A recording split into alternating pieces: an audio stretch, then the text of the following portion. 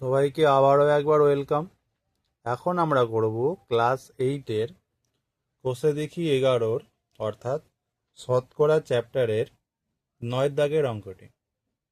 এর আগের অঙ্কগুলি তোমরা যারা এখনো দেখোনি তারা অবশ্যই গিয়ে দেখে নাও। দেখো 9 দাগের অঙ্কটি কি বলছে।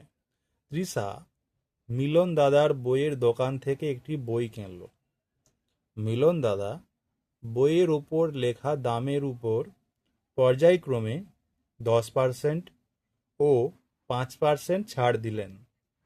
বইটির উপর লেখা দাম 200 টাকা হলে, দেখো বইটির ওপর লেখা দাম যদি 200 টাকা হয় তাহলে মিলনদাকে তৃষা কত টাকা দিল হিসাব করে লিখি। মানে এখানে পর্যায়ক্রমিক ছাড়ের কথা বলা হয়েছে।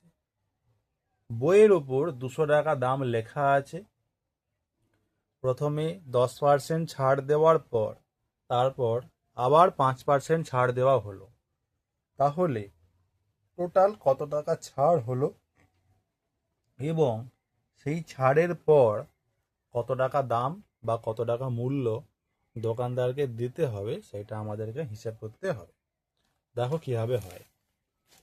খুবই সহজ অঙ্ক, আমরা খুবই সহজভাবে করতে পারবো। দেখো কিভাবে হচ্ছে। আমার প্রথমে লিখব যে বইটির ওপর লেখা দাম কত, 200 টাকা। বইটির ওপর লেখা দাম 200 টাকা। বইটির লিখিত মূল্য, বইটির লিখিত মূল্য সমান 200। বইটির লিখিত মূল্য কত, 200 টাকা।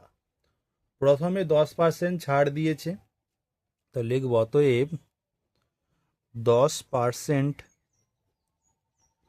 ছাড় দেওয়ার পর 10% ছাড় দেওয়ার পর বইটির মূল্য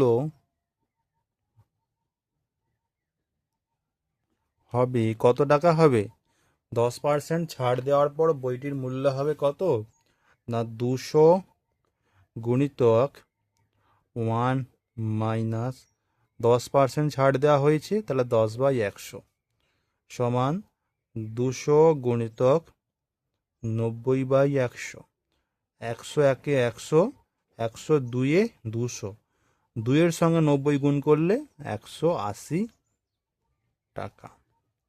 তাহলে বইটির মূল্য কত হবে, 180 টাকা হবে। কিন্তু তারপর আবার 5% ছাড় দেওয়া হয়েছে। আবার 5% ছাড় দেওয়ার পর আবার 5% ছাড় দেওয়ার পর বইটির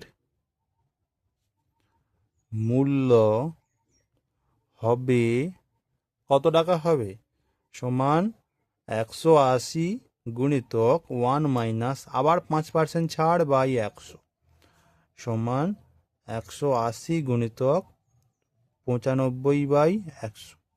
ঠিক আছে, কাটাকাটি করবো, একটা শূন্য কেটে দেবো, একটা শূন্য কেটে দেবো। 5